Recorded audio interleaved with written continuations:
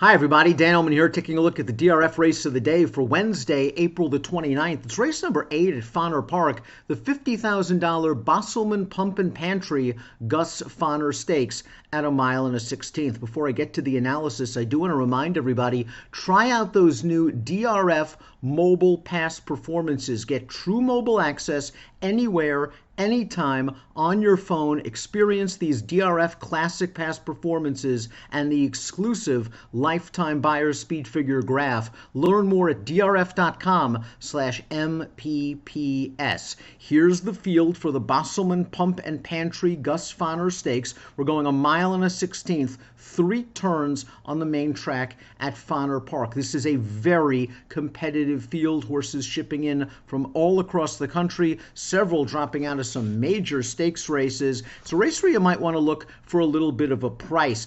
Let's start by looking at the Timeform US pace projector. You'll notice by the red bar, Timeform US projects that the pace will be hot, and I do agree with that. I do think the number 9 Pendleton is going to be part of the pace. The 1 Teruko should take advantage of this inside post position by utilizing his good tactical speed. I think the number 5 Yo Why Me will be a little bit closer to the pace than when Timeform US has him on the projector. I think this pace, though, should be solid to fast. Let's start things off with the number 1 Teruko, and we'll go back to his most recent race where he was second behind the favorite Milton Town. Teruko is a remarkably consistent horse. He has been on the board in his last 13 races. Just couldn't find the excuse in this race. Milton Town's beaten him in the last 2. Milton Town is probably just a little bit better than Teruko.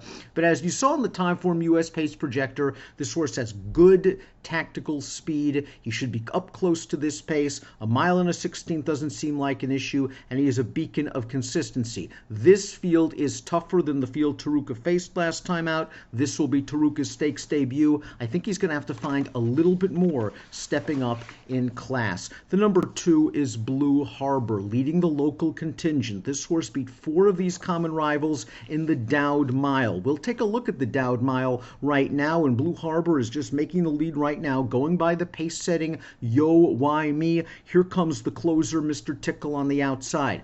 I thought Blue Harbor and Mr. Tickle received very good pace situations. I thought the pace was fast. Blue Harbor made a very nice and strong 4-wide move on the backstretch to take the lead, and as you saw, he won in solid fashion. He has done nothing but good work since being claimed by this trainer, Marissa Black. We have a formulator fact for the barn. Over the past 5 years, with last out winners aged 3 and up in dirt routes, 8 for 17 with a $2.51 ROI. It looks like Blue Harbor is going to get another strong pace setup in here. I picked him 3rd in the Bosselman Pump and Pantry Gus Fonner Stakes, but Blue Harbor is a very strong contender, and 6-1 on the morning line seems fair. Mr. Tickle was the beaten favorite in the Dowd Mile. He's a very consistent horse as well. He's been on the board in his last 11 starts, and in 11 of those races, he won 8 of them. He is a stone closer. He didn't break very well in the Dowd Mile. He was in a good spot, I thought, near the back of the pack behind that fast pace. Now, the jock dropped inside on the turn, then was quickly forced to get to the outside, and I wonder if that cost Mr. Tickle. He had to go 4 wide on the 3rd turn.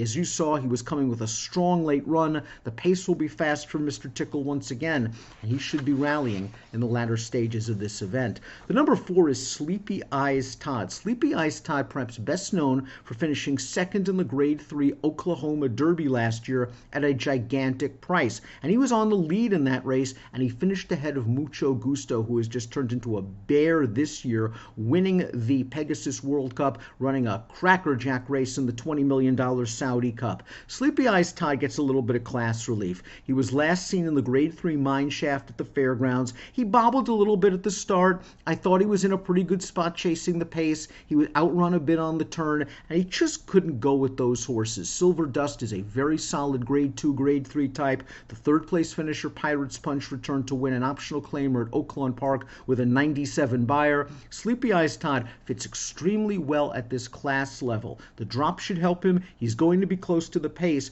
He's 5-1 on the morning line. I think he's going to take a little bit more money than that, and I'm not sure how much lower I would go with this horse. He's a strong contender to be sure, but I don't know if he has such an edge on this field that I would take a short price. The 5, Yo Why Me, finished behind Blue Harbor, finished behind Mr. Tickle last time out. But I think he has a chance to turn the tables, and here's why. This is a very consistent horse. He's won a third of the time in his career, 12 of 36, and he was the only part of the pace picture in the Dowd Mile still hanging around at the end. He pressed the pace on the outside all the way around, and he just couldn't go with Blue Harbor, who I think benefited from the work that Yo Why Me did up front. This is his second time off of the layoff here. He handles the distance just fine, and I think he's tactical enough to sit behind the other speeds. I do think he'll be forwardly placed, and maybe he'll be at the mercy of a fast pace, but he's going to be a good price in this race, and he gets a substantial weight break from the Dowd Mile. So there are some angles with Yo Why Me, and he figures to be a square price, 12-1 on the morning line. The number 6 is Fight On, and just look at the horses Fight On has been facing. This is a horse that's dirtied up on his page when you look and compare him to what he's going to be facing in this race. In the Oaklawn Mile last time out, he was a deserved long shot. He was in against Grade 1 winner Tom's d'Etat, Improbable, a Grade 1 stakes winner who was the beaten favorite in last year's Kentucky Derby and Preakness. He was simply overmatched in those races. He was Group 3 placed in Dubai, 2 starts back sprinting. I'm not even going to hold those Dubai races against him. He wasn't racing with Lasix, completely different environment over there. And in the start before he left for Dubai in the San Antonio, he ran into one of the better handicap horses in the country, Gift Box, and he was no match for that horse. So Fight On is getting substantial class relief. He should get a good pace set up. He's going to take money, however, in this spot, 4-1 on the morning line. I've never been a huge fan of this horse. I understand that he has obvious merits. He is a stakes winner at Oaklawn Park at this distance, did so in 2019, and he'll be running late, but another horse that I don't want to take too short of a price on, even with the class relief. Cabin John is the number 7. This is a horse shipping in from Southern California, but he was well beaten last time out at Santa Anita in a $25,000 claiming race, a race in which the runner-up returned to win at that level with an 80 Beyer speed figure. His numbers just seem a little bit light. I'm concerned that he doesn't have the kind of form of some of the major horses in this race, and I'm concerned that he doesn't class up with several of these as well. If you're looking for a stone closer, and if you believe that this pace might collapse, why don't you try the 8, the Trash Man's Coming. This horse won the Prairie Mile at Prairie Meadows last year, and he likes to come from way out of it. He was far behind in the Dowd Mile. He picked up some minor pieces to be 4th. My concern is it seems like Mr. Tickle and Blue Harbor have this horse's number, and they're sharper than the Trash Man is coming right now. He's going to have to improve from a Beyer speed figure standpoint. Another horse that benefits from a fast pace. I'm just not sure he's the strongest closer in this race. Pendleton is the number 9, coming in from Sunland Park, where he was the beaten favorite in the Winsham Lad handicap. We'll take a look at that race right now. He was part of a pressured pace in that race. He finished a good second, carrying 124 pounds. That field just seemed like a weaker field than the one he is going to face on Wednesday. He has a good amount of speed. I would expect him to be the speed of the speed in this race. I'm not really worried about a mile and a 16th. He is going to have to work hard from post position 9 to get a good spot going into the first of 3 turns. And last but certainly not least is the venerable 10-year-old, the number 10, Rock City Roadhog. This horse has won 22 times in his career. He won this race last year at a big odds chance at 14-1.